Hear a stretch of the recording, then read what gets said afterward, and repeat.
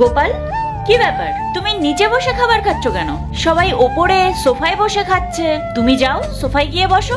না না ম্যাডাম, আমি এখানেই ঠিক আছি। আমি তো রোজ নিচে বসেই খাই। কেন?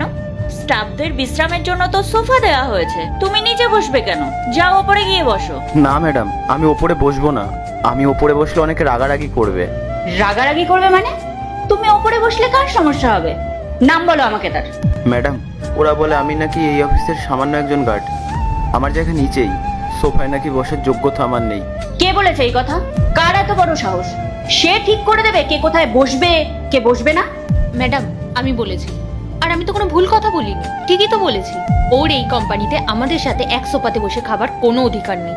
আর সব থেকে বড় কথা, ও আমাদের কোম্পানির সামান্য একটা গার্ড, কোনো অফিসার তো নয়। আপনি ওকে একবার দেখুন, সারাদিন বাইরে রোদে দাঁড়িয়ে থাকে, গাদি দুর্গন্ধ বের হয়। ওর সাথে আমরা এক সোফাতে বসতে পারবো না। ওর লেভেল অনুযায়ী ও নিচেই ঠিক আছে। ম্যাডাম, পূজা একদম ঠিক কথা বলেছে। ওকে কেউ সহ্য করতে পারে না, আর ও একজন সামান্য সিকিউরিটি গার্ড হয়ে আমাদের পাশে কেন বসবে? ম্যাডাম, এসব গরিব মানুষদের না বেশি মাথায় তুলবেন না। ম্যাডাম, আপনি ভাবুন, সারাদিন খাটনির পর আমরা একটু শান্তি করে আরাম করে খাবো, আর সেই সময় নোংরা জামা পরা লোকটা আমাদের পাশে বসবে। চুপ করো তোমরা। তোমাদের এই অধিকার কে দিয়েছে? এটা আমার কোম্পানি, এখানে সমস্ত সিদ্ধান্ত নেওয়ার অধিকার শুধু আমার। আজ থেকে গোপাল সোফায় বসেই খাবে, দেখি কার কত ক্ষমতা ওকে আটকায়। ম্যাডাম, এসব আপনি কি বলছেন? একজন সামান্য সিকিউরিটি গার্ড কিভাবে আমাদের সাথে বসে খাবার খেতে পারে? ম্যাডাম, আমাদের কোম্পানির তো একটা সুনাম আছে, কত বড় বড় ক্লায়েন্টরা এখানে মিটিং করতে আসে। কেউ যদি এসে দেখে এরকম একটা গার্ড সোফাতে বসে খাবার খাচ্ছে, তাহলে আমাদের কোম্পানির সম্মান কোথায় যাবে বলুন তো? ম্যাডাম, এই সোফাটা কিন্তু আমাদের মতো কর্মীর জন্য, কোনো দারোয়ান ঝাড়ুদারদের জন্য নয়।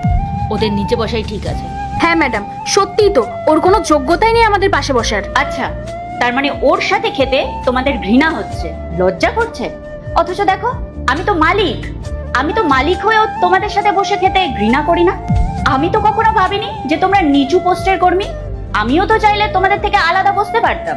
তোমাদের মধ্যে এত অহংকার চলে এসেছে যে তোমরা একজন সাধারণ মানুষকেও মানুষ বলে মনে করছো না। একটা কথা শুনে রাখো, ওর পদটা ছোট হতে পারে, কিন্তু ও একজন মানুষ। কার সাথে কিভাবে কথা বলতে হয়, কার সাথে কিভাবে ব্যবহার করতে হয়, সেই সাধারণ মনুষ্যত্ববোধটাও দেখছি তোমাদের মধ্যে নেই।